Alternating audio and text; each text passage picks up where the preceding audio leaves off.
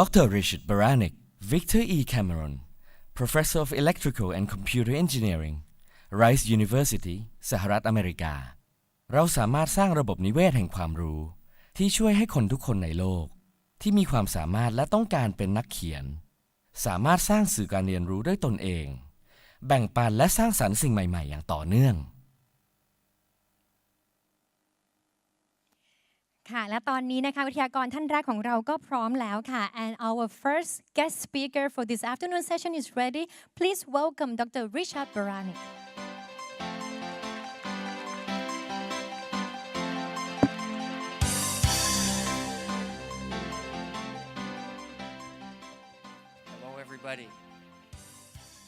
Hello, everybody. It's a great pleasure to be here. Let me just have a quick check. Can everyone hear me okay?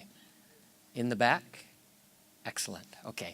I would like to begin by thanking the organizers for their tremendous hospitality and kindness during my stay.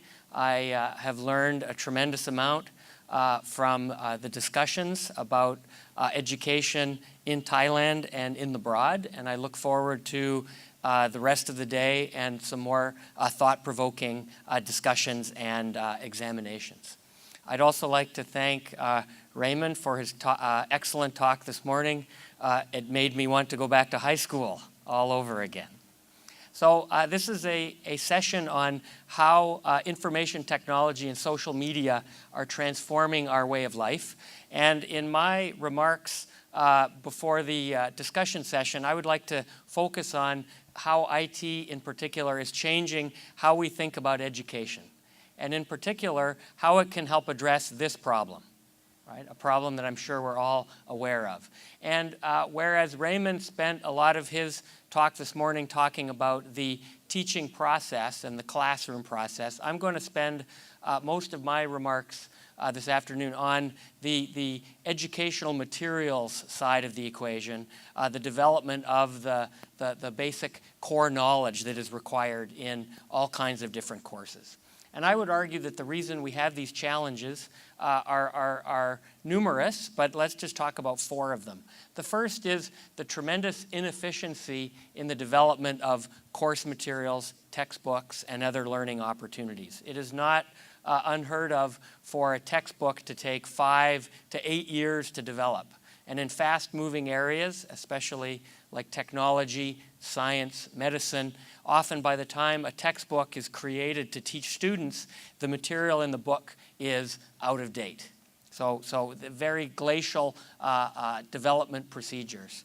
The second is the fact that after these courses and these textbooks and other learning materials are built, they tend to live in these siloed environments where the chemistry content does not talk to the physics content, does not interrelate to the mathematics or humanities content. And in fact, it's been proven that it's precisely those interconnections between ideas that are often the most exciting to students and make them most interested in learning. So siloing of concept is a big problem. Another big problem that was also discussed a bit by Raymond is the fact that too much of our educational system today worldwide is based on a factory mentality where students are basically pumped in one side of a factory and graduates are pumped out the other end. And it's very much like buying a textbook or a course today is still very much like going in and buying a suit right off the rack without any kind of custom tailoring to the learner's interests, goals, background, etc. And that the final big challenge that we see the world facing is the increasing cost of learning materials that's leading to a tremendous access gap, a gap between people who want to learn and the materials due to the fact that the materials are becoming increasingly high cost. It is not unheard of in the United States and Canada, for example, for a textbook in a class to cost more than the tuition to take that class, $300 American, $350. This is a tremendous problem even in countries like the United States and Canada. So what I'm going to speak about today are some different strategies and approaches for trying to attack these challenges. And we're going to take a network network-based approach. And this network-based approach has two prongs. The first is the fact that knowledge forms a network. As I alluded to earlier, different ideas connect together in very interesting, nonlinear, and sometimes unpredictable ways. And it's precisely these interconnections between, for example, nanotubes technology up in the upper right there, and art history in the bottom left. It's precisely these interconnections that drive not only the forefront of scientific endeavor, but also the kind of interconnections that really excite students and really drive them to learn and to learn more deeply. So knowledge forms networks.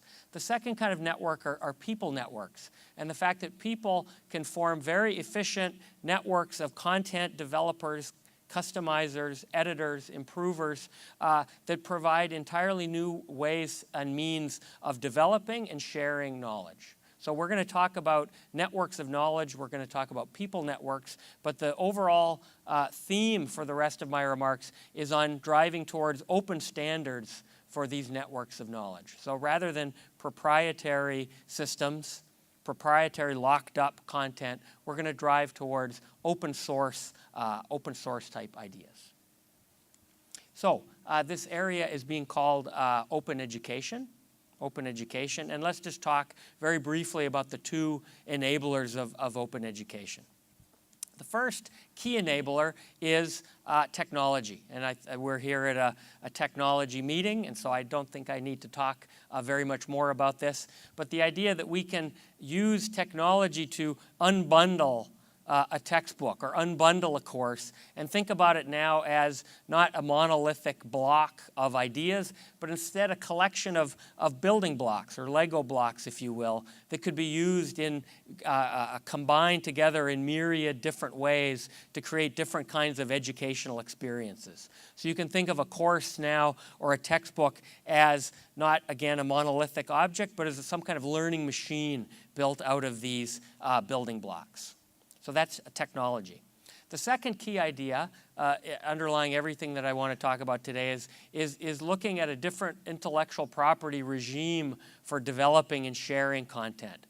Rather than a very protective regime where authors and publishers are trying to hold the content as tightly as possible, instead looking at new legal frameworks that make it very easy and free and simple and legal to both share and easily build on content that has already been developed by others. So taking the idea of the open source software movement, Linux software, other types of software systems that are built in an open source manner, and bringing this not to software but to content, right, and to courses. So these are the key things that we're going to talk about for the rest of the day, and we're going to talk a little bit, or the rest of my remarks, and I'm going to give you some brief examples of the kind of systems that are being developed. So this field of open education, using technology and open licensing to provide free and open access to educational materials, is a movement that has been around for about the last 14 or 15 years. There are now a large number of projects worldwide that are pursuing this concept of open education. Everyone here is probably familiar with Wikipedia in the upper right, to show of hands, Wikipedia. People familiar. And a lot of you are probably also familiar with the MIT Open Courseware project that has provided free and open access to the curriculum for many MIT courses for about the last decade or so. So these are just two of a large cadre of different open education projects from all around the world. And the one that I'm going to focus on was the one of these that was the first to be developed, and it was developed at Rice University, my home, in 1999, and this is the project called Connexions. So you can think of Connexions as a publishing platform. It's not a book per se. It is a platform to produce books. But these new sorts of books that are built out of these Lego building blocks and that are all open licensed so that the materials are free and open for everyone in the world to use. So I'm an engineer, so I like to think of diagrams like this. If you look in the upper left, you can think of a community of authors who are continuously mining a mountain of raw knowledge, right? The mountain of raw knowledge. And they're creating little ingots, little building blocks of knowledge. And these are going into this hopper, a repository of free and open materials that are free for everyone in the world to access, but also free and open for teachers everywhere in the world to assemble them in different ways to create customized textbooks and other learning materials for their course, right? And because of the powerful technology that underlies all of this, while students are navigating through these textbooks or these new kinds of digital courses, they can explicitly see the interconnections between ideas as a sort of a knowledge map as they are navigating through these materials. The platform also allows a very efficient production of many, many different output formats, from formats that can be viewed on your smartphone or your tablet computer through to PDF files for computers, all the way to a very, very high quality print textbook. So the idea is to create a publishing platform that can support all of these different publishing modalities. So this project has grown over the last 14 years to now encompass well over 1,000 free and open textbooks, constructed of over 22,000 of these small Lego building blocks. The very important thing is most of this content actually comes from authors from outside of Rice University. So about 98% of the content is from authors from around the world who are contributing not even just in English, but in 45 different languages now. And when you look at usage, we have usage from every single country that's connected to the internet, and we have several million users every month consuming our content. Everything from little kids readers, 3, 4, 5-year-olds, all the way to courses on hypergeometric partial differential equations. That was put in there for the translators. So an example of a textbook that has been developed in Connections is a very popular statistics textbook called Collaborative Statistics that's used at about 100 different institutions across the United States and Canada. It was written by Susan Dean and Barbara Ilowski. And they were looking for a way to develop a book in a different format than with a traditional publisher, so that they could lower the price of the book and allow more students to be able to have access to a quality textbook while taking a statistics course. And this has become a very remarkable success for the project. So that's an example of a usual kind of author developing a textbook in this new platform. But I'm much more interested in the different ways that people are using the platform. So here is an example of a community of faculty who all were united in the fact that they were teaching a similar course at all of these different universities, and they realized there was no ideal textbook that existed. They all wanted to write their own textbook. None of them had time to write their own textbook. And so what they decided instead was to form a loose collaboration or a small community and develop this book collaboratively. And so a set of about 15 electrical engineering faculty from around the world have been working for the last several years on developing a signal processing super textbook, if you will, that will encompass all of the material that's required to be used at all of these different schools. And then because the books can be customized within the Connections platform, these faculty can make the perfect book for the Stanford course, the perfect book for the University of Illinois course, etc. So this is an example of collaborative or more social development of educational materials. So this is faculty, the usual people who write textbooks, but writing textbooks in a different kind of way.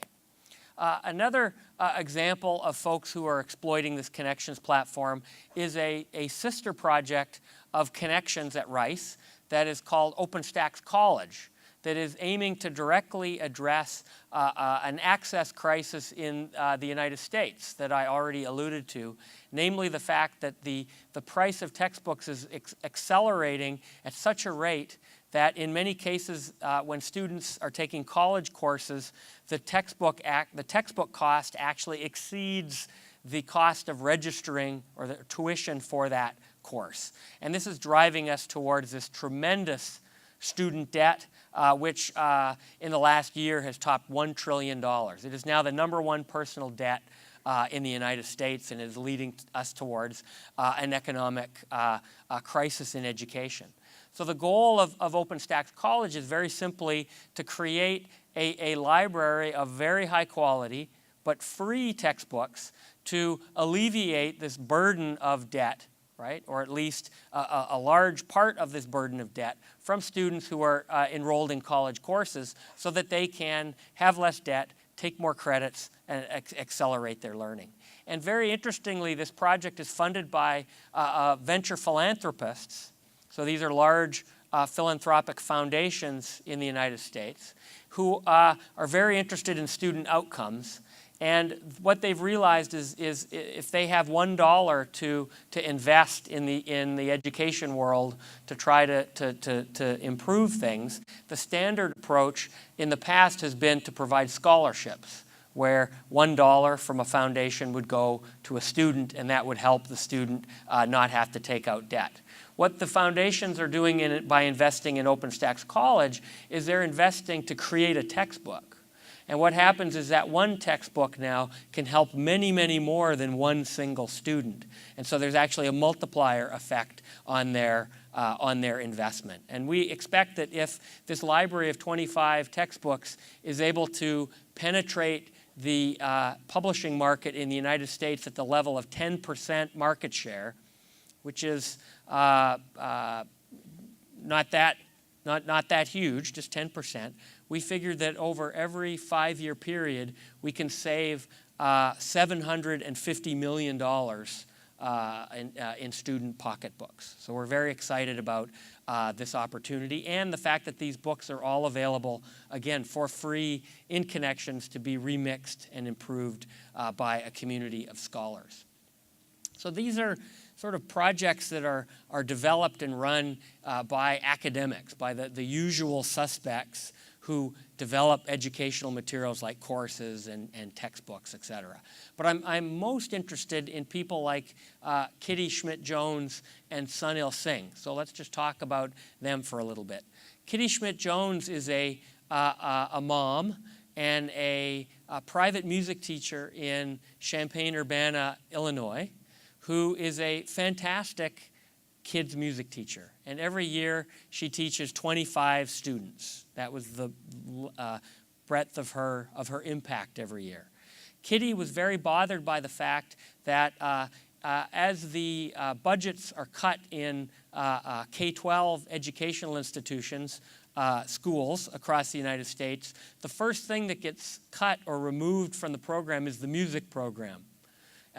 For many, many different reasons. And Kitty was really bothered by the fact that she felt that music was really the key gateway for students to get excited about mathematics and about science. And so she wanted to find a way that teachers would not have to pay for music curriculum out of their pockets, but instead could have access to a free set of online educational materials for use in K-12. So that's Kitty. So she looked at a way that she could somehow scale up her impact from just 25 kids a year to maybe more kids every year. So that's Kitty. She started writing a selection of very nice music theory materials and introduction to music materials, and she put those into Connexions over a couple years. So let's change and talk about Sunil for a second. Sunil Singh is a dad and an engineer in New Delhi, India, and he was tutoring his children physics. Has anyone here ever tutored their children? I know there's some parents here who have tutored their children. Well, the first thing you do when you tutor your kids is you realize that there are all kinds of mistakes in the textbooks, right? There are mistakes or there are things that are unclear. And for him, the breaking point was when the physics textbook confused centripetal and centrifugal force. And so he decided that he would develop a set of materials that would be more accessible to high school students and his kids in particular. And he started writing handwritten notes about physics. And these notes became tremendously popular, and he started seeing his friends, his kids' friends come over to study together with his kids, and they would have seventh-generation photocopies of his notes. And so he knew that he had to find a way to scale up to a bigger impact. And so Sunil also learned about connections, and he realized, well, he's just an engineer in industry, but he could also contribute to the education world. So he started putting a set of physics textbook notes into Connections. So here we have two people who are not the usual type of educators. They're certainly not the kind of people who would write a traditional textbook, but they had a passion, they had a problem that they wanted to solve, and they used this platform as a way to leverage their impact to be more global. And the amazing thing is that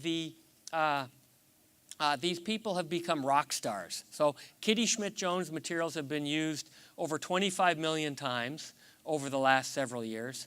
Her content is in the official curriculum in Mongolia, a number of other countries, and has saved untold millions of dollars in K-12 institutions in the United States and worldwide. Sunil Singh's materials have been used well over 8 million times to date, and this parent from India, most of the use of his material is in United States K-12 institutions, right? So here we have a very interesting effect that we have a name for, and that is so much about distance education and online education. We speak in terms of outreach, about the tremendous outreach of our efforts to the world. But I would argue that one of the tremendously powerful ideas behind information technology and social media, and in particular open information technology for learning materials, is what we call InReach, which is the ability to allow the worldwide community, and in particular people from outside the usual teaching and education professions, to make a tremendous impact on the materials that are actually used in classes. Think of government folks from industry, folks from the real world dealing with real problems, being able to inject some of that realism into and excitement into curricula. So this is something that we're very, very excited about. So what I'd like to spend the last few minutes speaking about is where just some 4 different directions that I see education in general and open education in particular moving. I think the very important thing to take away from these points is it is going to be a very bumpy road for the next decade. I think although it's going to be very bumpy, very disruptive, it's going to be very, very exciting. So the first key place that I see openness playing a big role is in the obviation of certain business models that are currently being pursued by publishing companies and the introduction of brand new business models. And I think that there's no question that the industry around textbooks in the small and just learning in the large, there's no question that this industry is going to be shooken up in a way very, very analogous to how information technology changed the computer hardware and software business, changed the music business, changed the newspaper and media business. These are all industries where technology has had a completely transformative impact and has created many tremendous positive impacts, but also some unintended consequences. And I think that we're going to see this play out over the next decade, some real moves forward with new ways of teaching and learning using technology, but also potentially some unintended consequences that we need to somehow try to minimize the impact of. So new business models is one, I think, very important direction that we're headed. The second, clearly, is towards broader, more global access to really high-quality learning experiences. I talked here about open textbooks. Raymond talked earlier about open schools or online schools. There's no time to talk about it now, but I'm sure we could bring it up later in the discussion. The world of massive open online courses. There are tremendous opportunities here for both outreach, meaning providing best-in-class educational experiences to the world, but also via inReach, allowing educators, for example, from Thailand, to be able to improve the education of others all around the world via these electronic means. So broader access, I think, is another very, very important theme. And we're seeing this already in Connections. We're seeing faculty worldwide who are contributing new content in different languages. We're seeing people who are translating content into different languages, and I think that we're very excited in the future of this sort of cross-cultural pollination of educational ideas that will provide a more rich and diverse set of educational experiences for students everywhere. I think the last really, really key theme about digital education in general and the kind of tools that I've talked about today is the fact that there's a fundamental difference between using the way technology has been used in education up until today, which has primarily been as a broadcast medium, putting lectures on YouTube or television or radio or film, and having courses that are online and on a computer. And the reason that it's different is that on a computer we have an opportunity to collect tremendously rich data on each individual student as they are learning the content. And then we're able to mine that data and provide not only directed feedback to the individual student to be able to personalize their learning experience so that each student can have not just a regular faculty instructor, but also a personalized computer-based tutor. And also we can use this to drive the improvement of the materials themselves. And I think that this is an area of tremendous potential and tremendous growth over the next years. So again, the fact that we can close this feedback loop, collect tremendous amounts of rich data from student learning experiences, and then feed that back to not just the student, but back to the course developers or the textbook developers so that they can see how students are actually using their materials.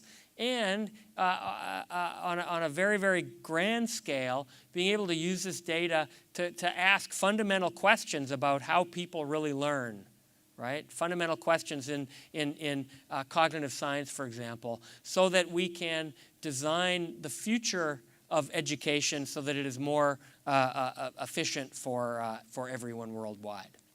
Okay, so I'm going to end here. I'm hoping it's clear to people that we will have a disruptive and bumpy road ahead, but information technology and social media are going to give us an opportunity for creating a renaissance in learning. And I think that we can easily imagine a world where millions of students around the world have access to content and educational experiences of unprecedented quality. Also a world where teachers and faculty members have access to classrooms that now truly span the globe, and that they can think of impacting not just the 25 students who normally sit in their classroom, but 25,000 or 255,000 students from diverse cultures in many, many different countries. I think we're also moving into a world where we can use data to create optimized learning experiences for individual students and use that information about those learning experiences to feed back to the course developers, to countries, educational ministries, etc. So I think I will end with my remarks there and say, again, I've been very happy to be here, and I'm happy to discuss in the question period after the next speaker. Thank you very much. Thank you so much, Dr. Richard Baraniuk. And in a short while, we will get to discuss more and go into more details and during the panel. But next up, I'd like to invite our next speaker from the company that we all know very well. I'd like to invite Mr. Hwang Darin. But before that, please watch this very short video about our speaker.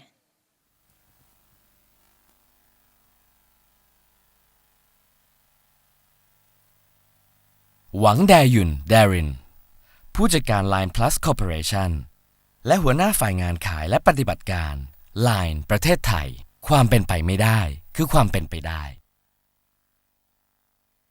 Now he's ready to join us on the stage. Please welcome Mr. Hwang Darin or Mr. Darin to come up on the stage.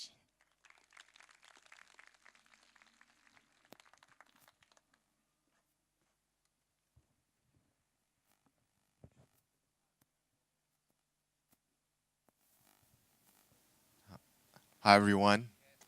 Can everyone hear me? All right. Thank you so much for inviting me here today.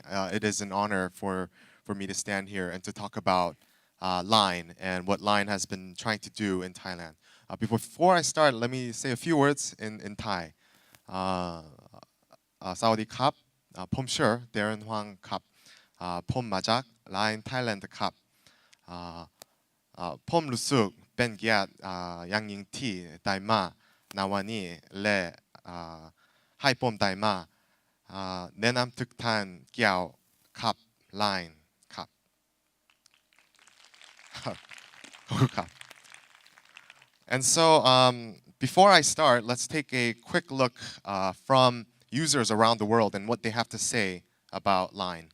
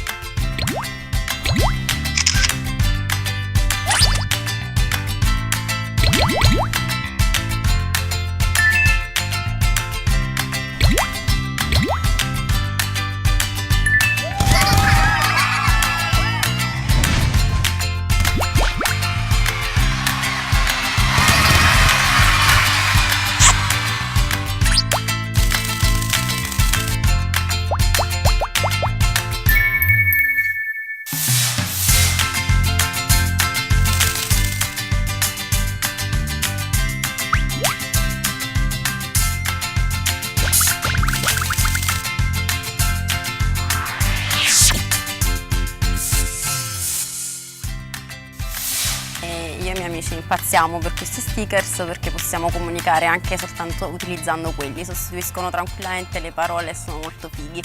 因为第一次让我觉得有一款软件竟然里面经入了这么多的感情。 You can use it from your phone to a PC and PC to phone. It works no matter where I go in the world, so I can always be guaranteed to get in touch with people when I need to. もう本当にスタンプが楽しい。わかる。明るいし面白いし。そうそうそうそう。なんかこういうやつとかね。もうやばいよね。プロジェクトチームみたいなのを作った時にそのチーム内で情報の交換をしたりとかそういうのでよく使ってます。 평소에 라인을 많이 사용하는데요. 스티커가 되게 귀여워서 남자친구랑도 많이 사용을 하고 친구들이랑도 이제 말을 쓰는 것보다는 스티커로 많이 대화를 하는 편이에요. 友達とは暇な時夜とかに電話してると無料だからついつい長くなっちゃってずっと話してます。 Me encanta usarla, especialmente para ver los hijos de mis amigos. Es muy divertido y me siento muy cerca de ellos. 子供の様子見たいっていう時に子供を撮って動話で会話したりとかして結構喜んでます。おめでとう。おめでとう。おめでとう。 Congratulations, Line. 축하합니다. Line, toy, toy, toy. Go Line! That's Line. Line. Line. Line. Line. Line. Line.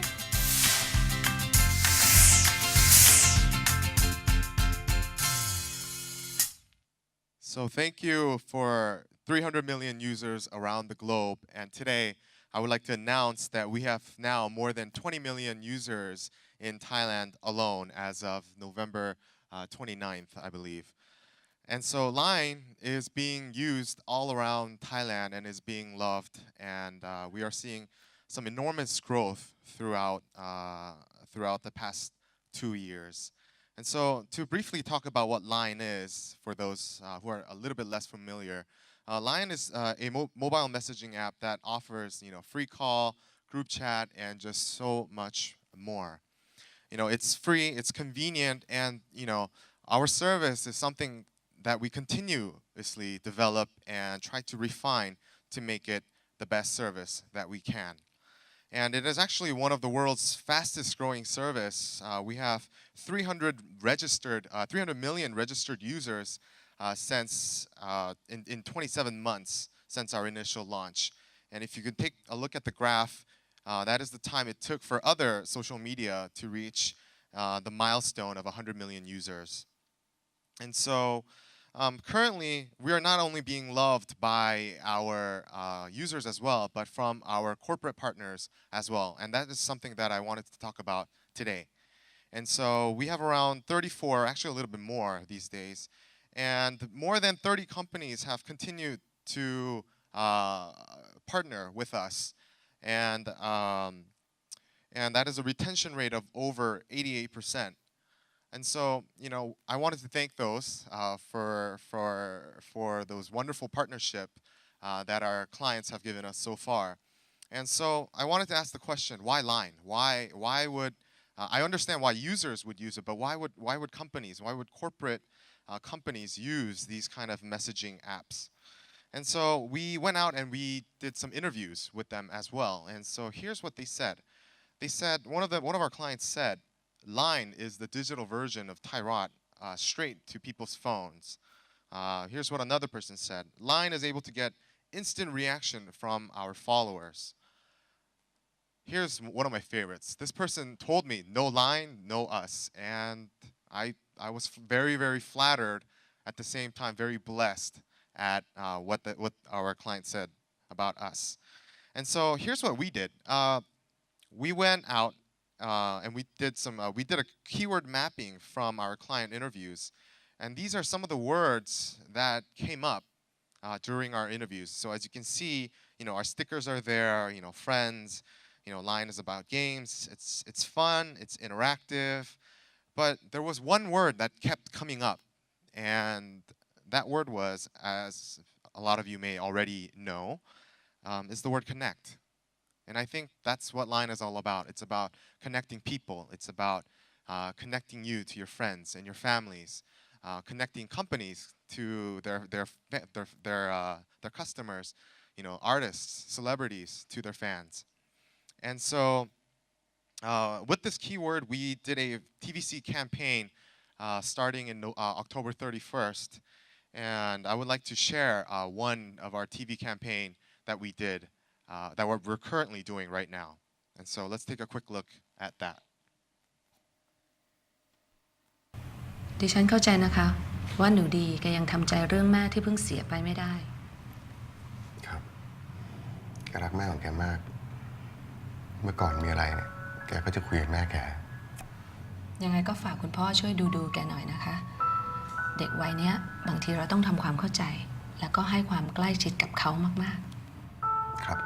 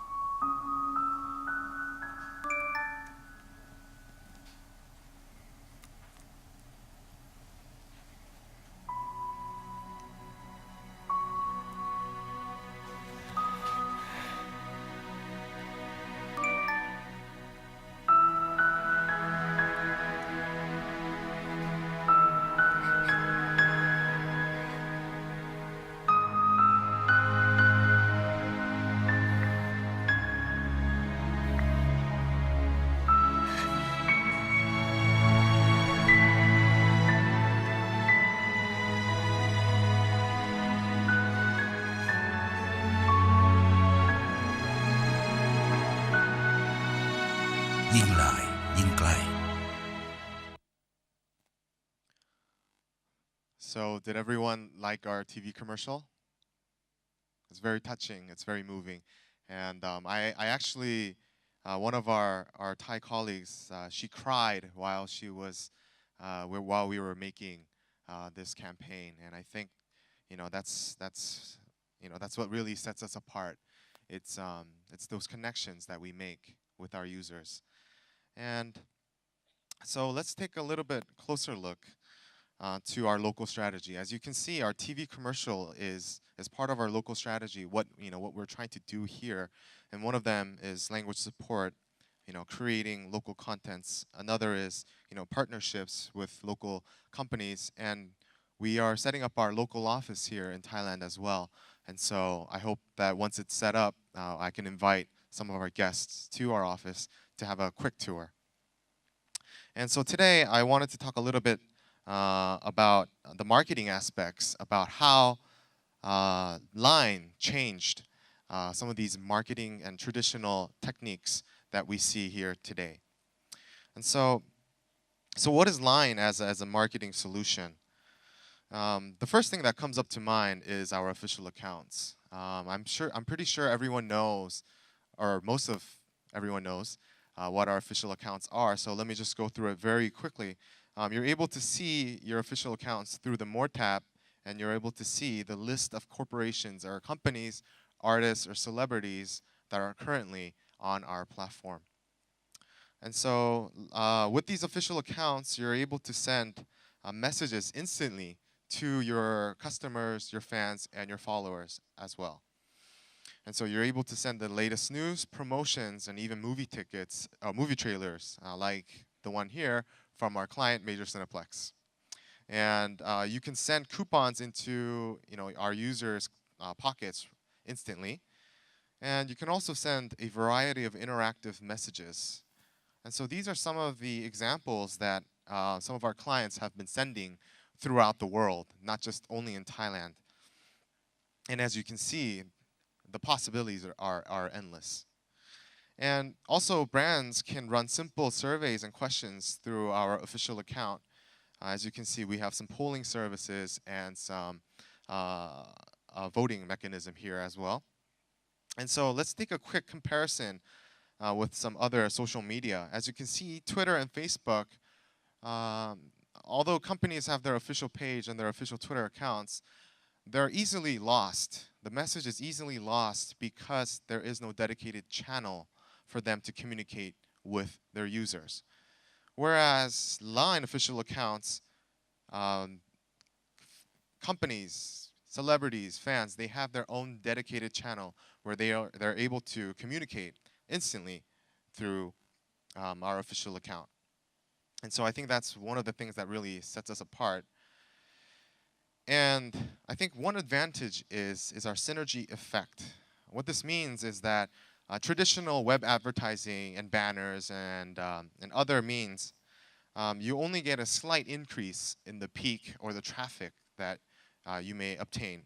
But with Line, you're able to channel our traffic into where you want it.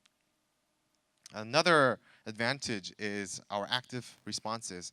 As you can see, these are just a survey of quite a few people, and this is what they said. They said, I actually read the messages sent from the company. That's 67%. So these are just some of the changes, the active responses that we've been seeing from our users around the globe. And so these are some of the traditional marketing techniques that we talk about today. There's ATL and there's BTL, ATL being TV, radio, or printed media, whereas BTL is more of a sales promotions, coupons, events, and there's other stuff like that. But Line official accounts enable something what I would like to call through the line. And so basically, we are more of a hybrid between an ATL and a BTL marketing technique. And so I think that's something very unique that only Line has. And so another thing is that we have our sponsor stickers. As you know, our stickers are being loved across the world. And recently, we have released our Pray for the Philippines stickers to donate our proceeds to the Philippine Red Cross to help with the efforts over there. So we're not just interested about selling things on our platform, but we're also interested in the welfare of our users as well. And so Line stickers, I think it really created a new way of communication where this is how we used to communicate in like maybe 10 years ago. And it became that. Now, this is the way we communicate.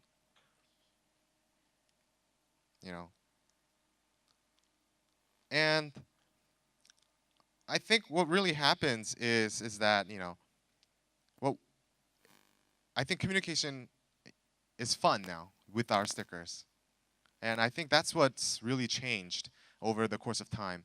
It's not only about expressing yourself, but having fun at the same time. And so through a variety of these stickers, I think users are really able to connect and have fun at the same time. And so I would like to say Line is actually a pioneer of sticker communication.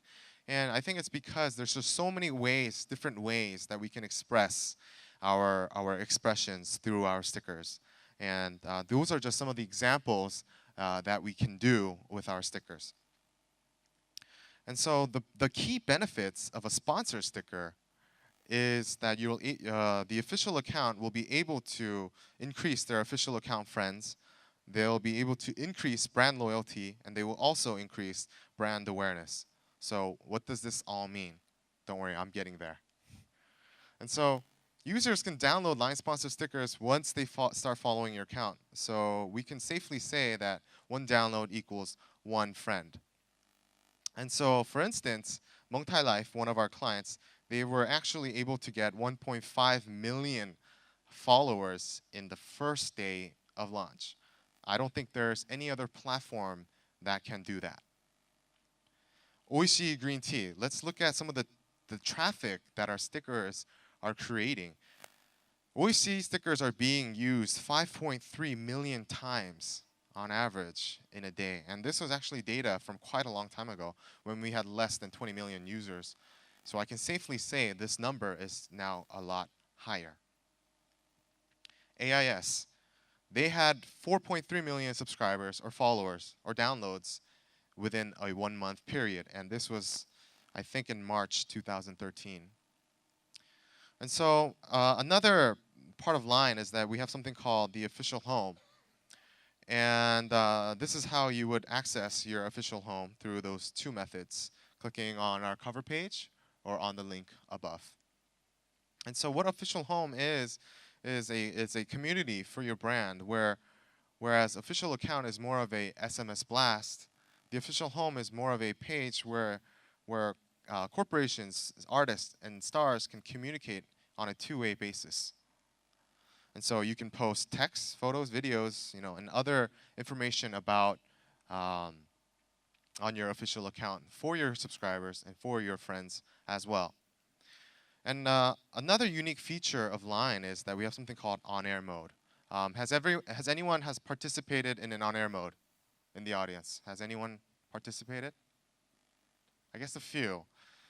On-air mode is an active feature of Line official account where the official account administrators are able to see active real-time feedback from their followers and users.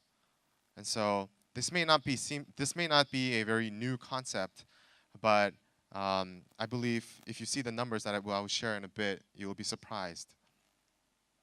And another thing is that we have coupons where traditional paper coupons had a redemption rate of 1% or less. Our coupons have had a success case of almost 10% in Japan. And so I think we do have a very strong platform here, and we will continue to develop these marketing techniques for our companies and clients as well. And so let's actually take a look at some of the numbers that people might be interested about. And so let's take a look at K-Bank. K-Bank is actually a very big bank here in Thailand. And so the first 3 days of launch, they were able to amass a following of 4.05 million followers. They were able to get 82,000 likes on one post and 11,000 comments on one post. So let's take a look at that in the graph. That's just in 3 days. And these are some of the things that KBank have been doing with their official account. They've been promoting a variety of interesting stuff for our users to really engage with them as well. And so these are some of the examples, and let's do another one. So Major Friends, Major Cineplex official account, have done their official account 1 year before they launched the sponsor sticker. And so before it was 1.39, now it's 6.09.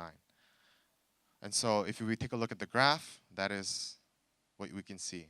The moment they launched the sponsor stickers, the growth really exploded. So let's take another look at our case study. So let me just skip through some of these.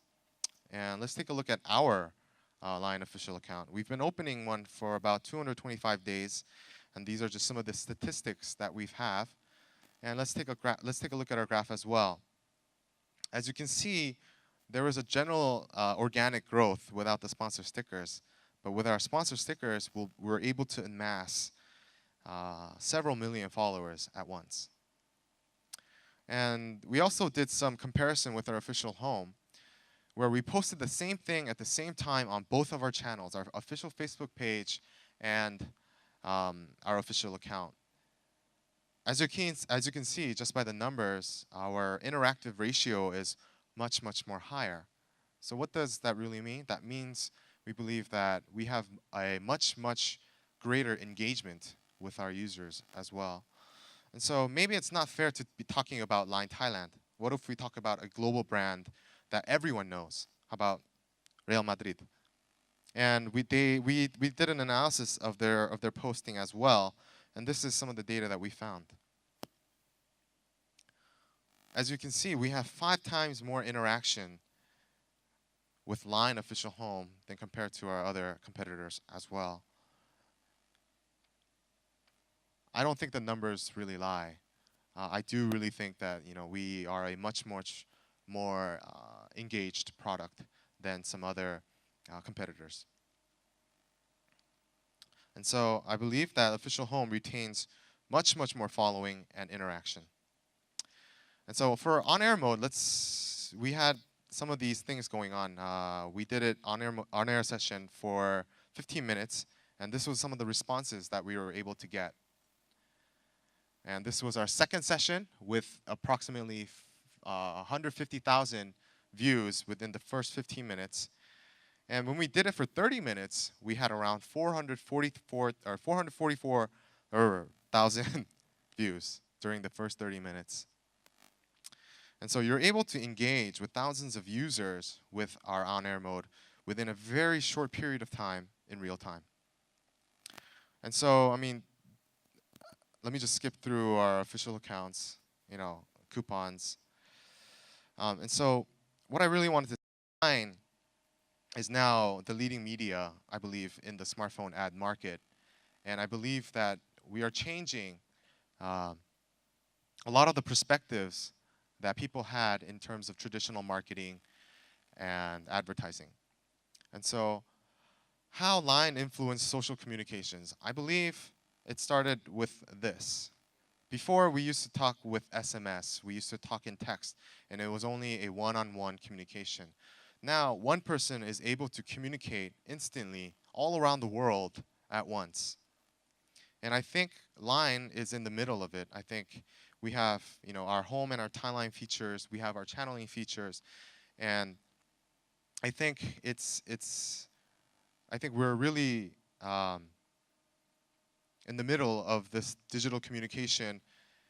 And what that really means is that now companies are able to develop emotional bonds between their customers and users as well. And through LINE, they're able to share those emotions. So what does that really mean in the end? I think this is the whole point of me standing here. how we used to view marketing and advertising was very clear. It's always in your face. There's always doing a lot of things to grab your attention. But now I believe that Line has really changed and influenced social communications so that it's not about just targeting people and wanting them to spend money, but I think it's really now about relationships between people and businesses. And I think that's a major change in both perspective and yeah.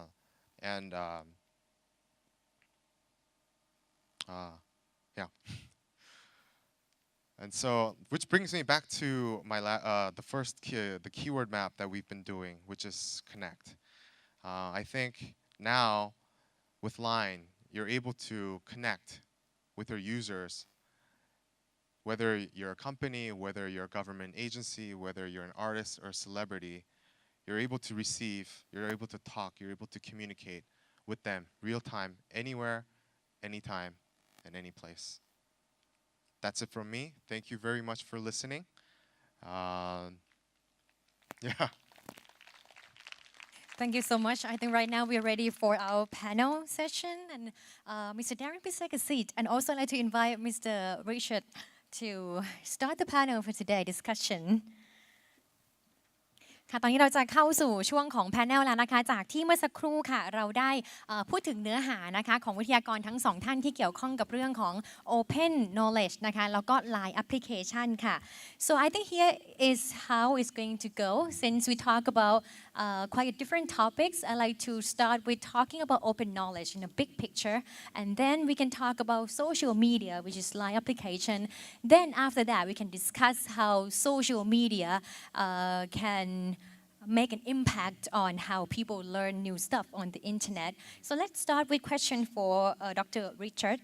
You talk about open knowledge online and a lot of stuff that you showed during your presentation was written in English. So I was wondering if really one day we have to depend on knowledge on the internet and online classes and stuff like that, would there be any language barrier? Let's say that students from Thailand want to access those information, but the majority of the information are written in English.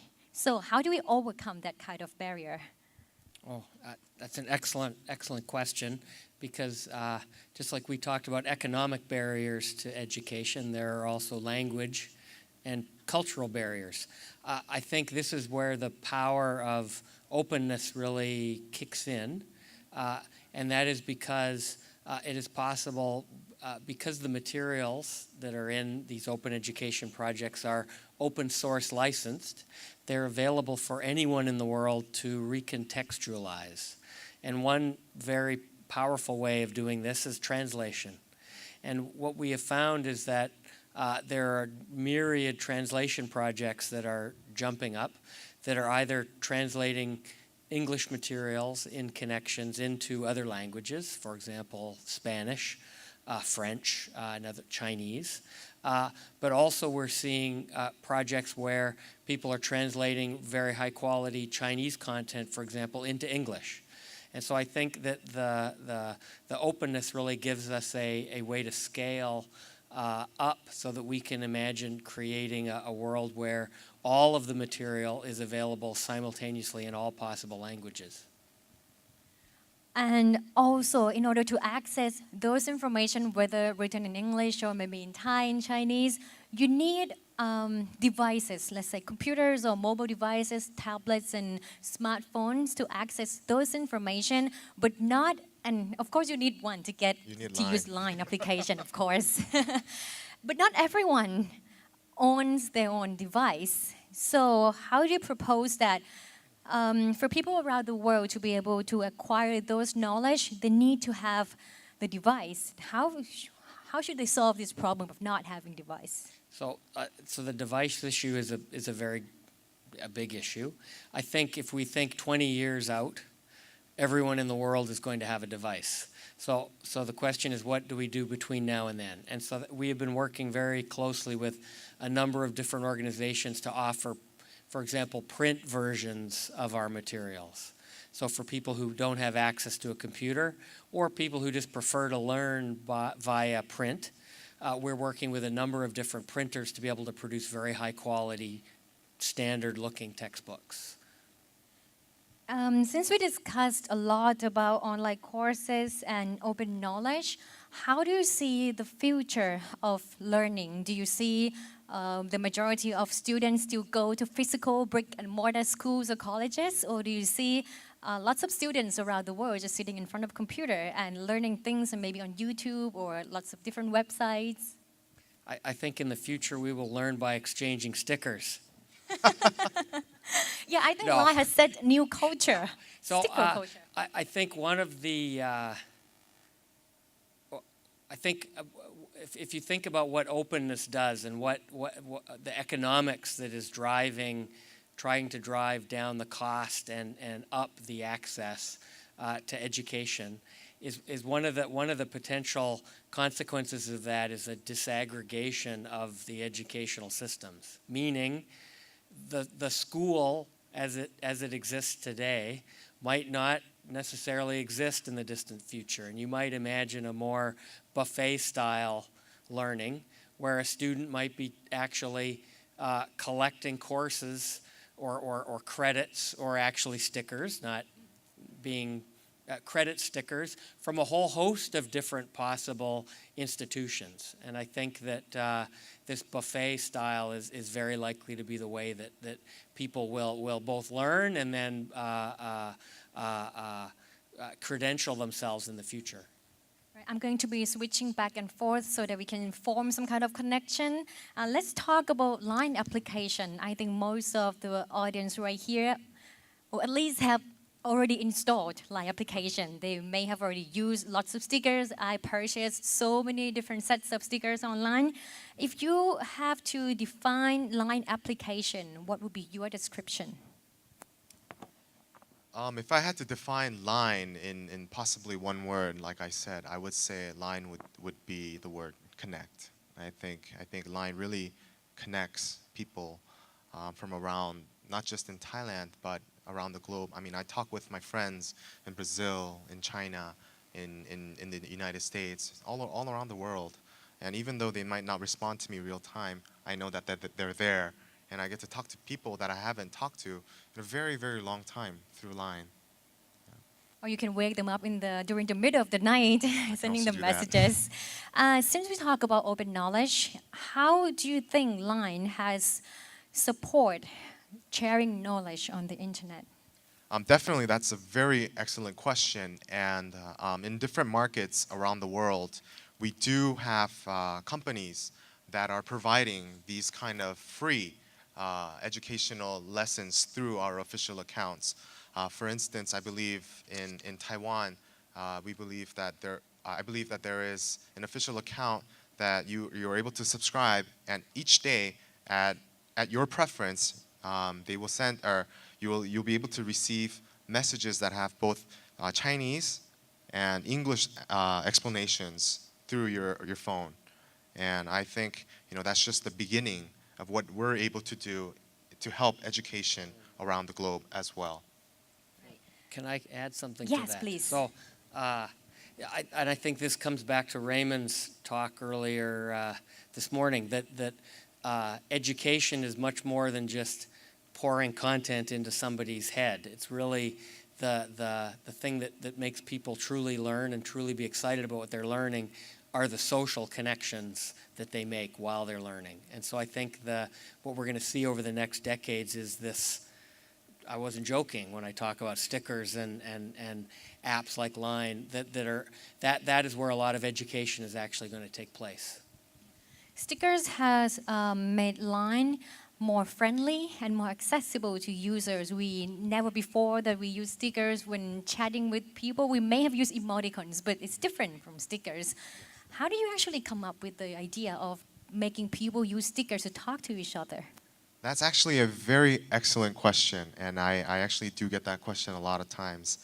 And I actually back in Korea and in Japan, we have a group of designers that work day and night to think about how can we express, how can we show a variety of emotions, and at the same time let people have fun with them. And I would tell you that it's very effortless, very easy to do, but actually our designers have spent days and nights, and they always redo their work, they redraw it and start from scratch until they capture that design for people to really connect to. In terms of being a messaging application, which is going to be a trend, a technology trend for next year, and of course, right now you already have a lot of competitors, WeChat, WhatsApp. How do you plan to compete with those messaging apps and more to come in the future, maybe the next few years? I think that's, I briefly mentioned it in my session. Basically, our local strategy to beat the competition per se is it starts with localization. My mother company, Naver Corp, is actually the world's 5th largest search engine, and it is credited as being the #1 localized web service in the entire world. And I think that's part of the DNA that we'll bring to Thailand as well. And we are really going to start by listening to our Thailand users and seeing what their needs are, well, and what they really want from us as well. And I think that one day we can possibly, actually very near in the future, have some sort of educational official account where people can learn through Line as well. I will be sticking with my Line application. And prior to the earlier question about how to use Line to share the knowledge, and Mr. Richard has mentioned something about sharing information and how to build new idea from the ideas that other peoples have already created by using Creative Commons. I think that's something that maybe Line could incorporate in the future. Can you talk more about Creative Commons? So the Creative Commons is an organization that is developing this legal framework that makes it free, or actually makes it easy and legal to share ideas and content. All too often, people will develop something, a piece of art or a textbook, or they'll do it by collecting other extant pieces of content. And in many places, this is illegal, right? It's against the law. And a lot of teachers do this, they don't realize it's illegal. And so the whole point of Creative Commons is to find ways that make the default really easy and make it so that people can share both safely, easily, and not just within one country, but around the entire world. And so I think that the idea is to really be like a lubricant to helping ideas spread more rapidly. Website like video sharing website like YouTube has become the source that people start to learn from, and Line also have the TV feature, right? I haven't tried it yet, but I will in the future. So it has some kind of connection right here. Do you think that it will become some kind of trend that people will turn into these kind of services to learn new stuff? Will Line be doing something like what YouTube is doing right now?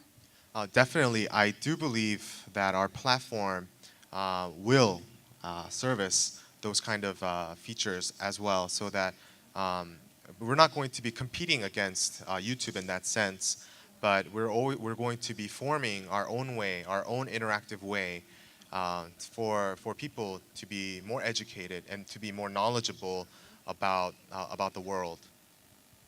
All right, sorry, I just got disrupted for a bit. Okay, I have some of the few questions from our audience right here, and if you have any questions you'd like to write down on the piece of paper that we handed out earlier, or you want to ask a question to our speakers yourself, you can also do that. We have our staff who is going to give you a microphone if you're ready. Let's start with the first question for Dr. Richard Baraniuk. What standards do you use to ensure the quality of existing materials and new materials? Oh, that's a great question. So there's two answers. The first is that everyone and anyone is able to contribute content to Connexions without any quality control at all. So, and the reason for that is that if we're really going to truly build a community of users, we have to admit everyone. The problem with that is that then we'll have content of many different qualities. So what we have is you could think of it like a set of layers or clouds that can sit on top of our repository, and those can be owned by third parties. For example, educational institutions, governments, professional societies, publishers, and we allow those entities to then sift through the content that's in Connections, and then they're able to single out the content that they feel meets their quality standard. And so then when you go to their lens, we call these lenses, you will only see the content that that particular brand, professional society, government, etc., is proud of and wants you to look at. And so it basically allows us to combine both a very open, freewheeling, everyone can contribute idea with the age-old idea of peer review for quality control. Kind of have the best of both worlds. Right, thank you. And the next question is for Mr. Darin about Line. Why Line TVC in Thai version using the drama? I'm having difficulty reading handwriting right here. The drama, something appeal compared with Japanese is funny with sticker in animation. What's Thai Line sees inside Thai? Okay, you may need to use help me a little. Oh, sure. Okay. I'm so sorry. I don't really quite understand the question, but I think I understand what the person is trying to say. All right, so or maybe you want the owner of the question to maybe clarify the question a little bit? that's fine. That's fine. ไม่ทราบว่าเป็นคำถามของใครคะที่เกี่ยวข้องกับ Line TVC อยากจะอธิบายเพิ่มเติมสักนิดนึงได้ไหมคะค่ะมีไมโครโฟนแล้วนะคะ Good afternoon, Mr. Darin.